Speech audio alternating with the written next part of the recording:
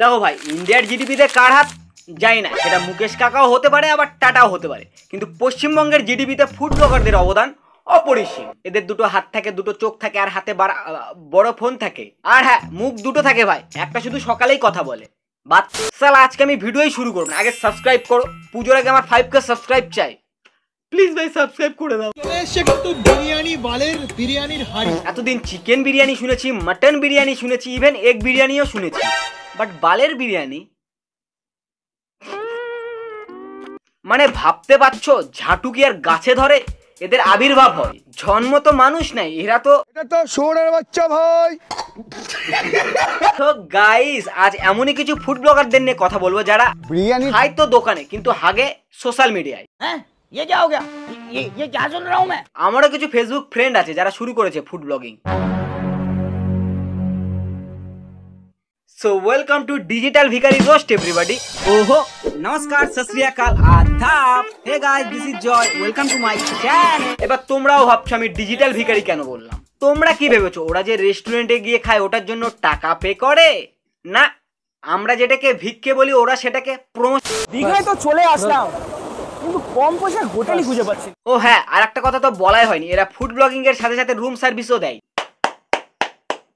খুব মশা গাইস, প্রচুর মশা বাড়িতে হয়েছে। কি দাদা রুম লাগবে নাকি?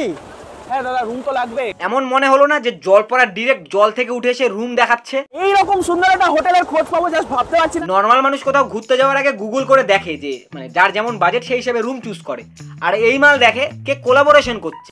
বলছি ঝাঁটু চোদন চেনো? চোদন দু চারটে এমন ছুঁড়ে মারবো না ওখানেই অজ্ঞান হয়ে যাবে।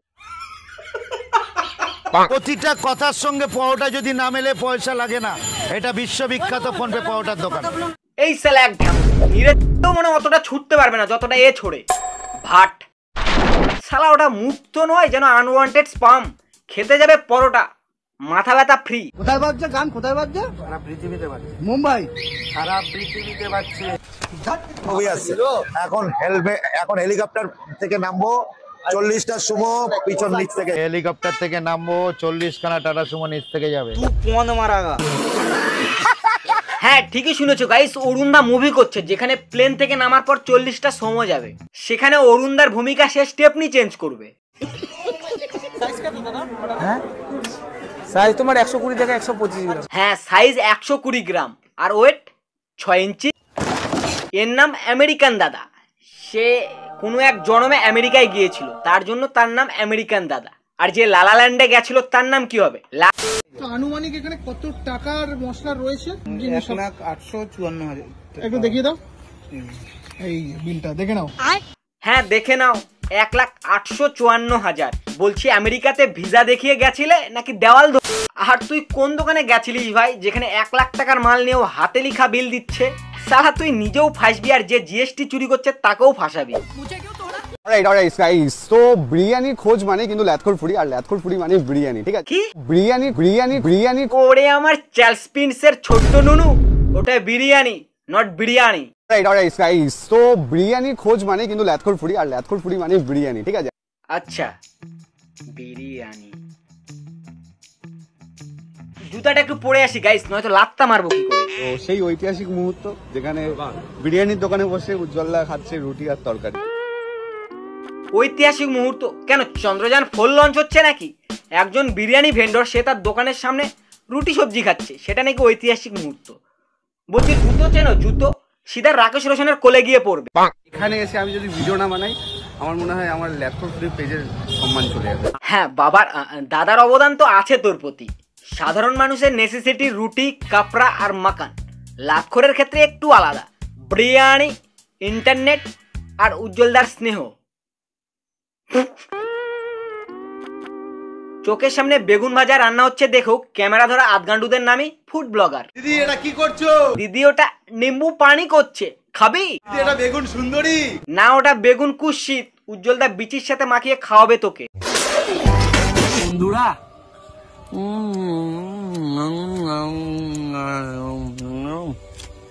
ভাই তুই ফুড ব্লগিং করতে এসছিস নাকি খাবারের সাথে অর্গাজম?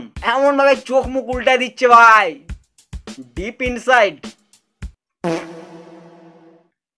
এখানে রয়েছে পোলাও, হাফ পোর্শন পোলাও রয়েছে আর হাফ পোর্শন রয়েছে ফ্রাইড রাইস, আর একটা জিনিস, ফ্রাইড রাইস আর পোলাওতে কিন্তু কাজু ইউজ করা না, শুধুমাত্র কিচমিচ ইউজ করা হয়। কিজিমিচ? কিচমিচ ইউজ করা হয়। ওটা কিচির মিচির না, ওটা কিচকিচ। আর চিকেন দিয়েছে 1 পিস।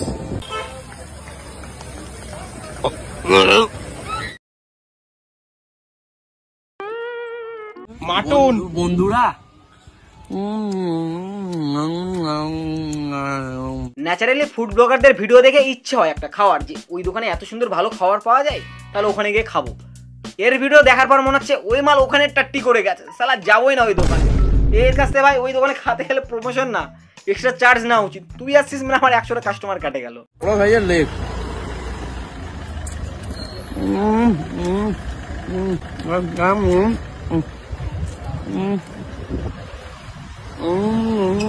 সালা মদ না, খাওয়ার খেতে এসছিস, খাওয়ারের রিভিউ দে, তা না অ্যাডাল্ট কথাবার্তা বলছে। দেখো দিনি। বাংলাতে বাঘ বলে না, 16 পাঙ্গুলি পর যদি বাঘ থাকে, এই বাঘ তৈরি হয়েছে। আচ্ছা দেখে নাও গাইস, বাঘের বাচ্চা চা বিক্রি করছে। এই হলো সস্তার ডলি। এর নাম জানি না ভাই, কারণ গুরুজনরা বলে গেছে মানুষের নামে নয় তার গুণেই পরিচয়। শালা বাঘের বাচ্চা তুই, তুই অন্য কিছুরই বাচ্চা। এ বাচ্চা সে বাচ্চা নয়, এটা তো শুয়োরের বাচ্চা ভাই। এবার আসি বোকাবংকে নিয়ে বানানো আমার ভিডিওতে। অ্যাজ এ রোস্টার আমার কাজ ট্রোল করা, আর আমি করবই। তাতে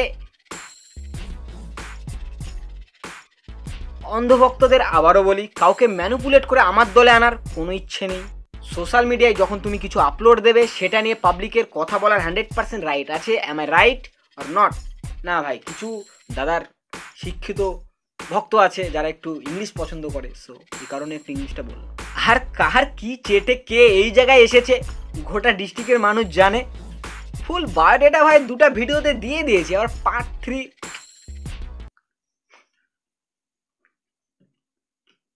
আর ইচ্ছে নেই। আর কি বলো দেখি, আমার সোর্স অফ ইনকাম ইউটিউব, তো ওখানে 8টা 10টা তো দূরের কথা, দিনে একটা ভিডিওর ভিউজ দেখলেই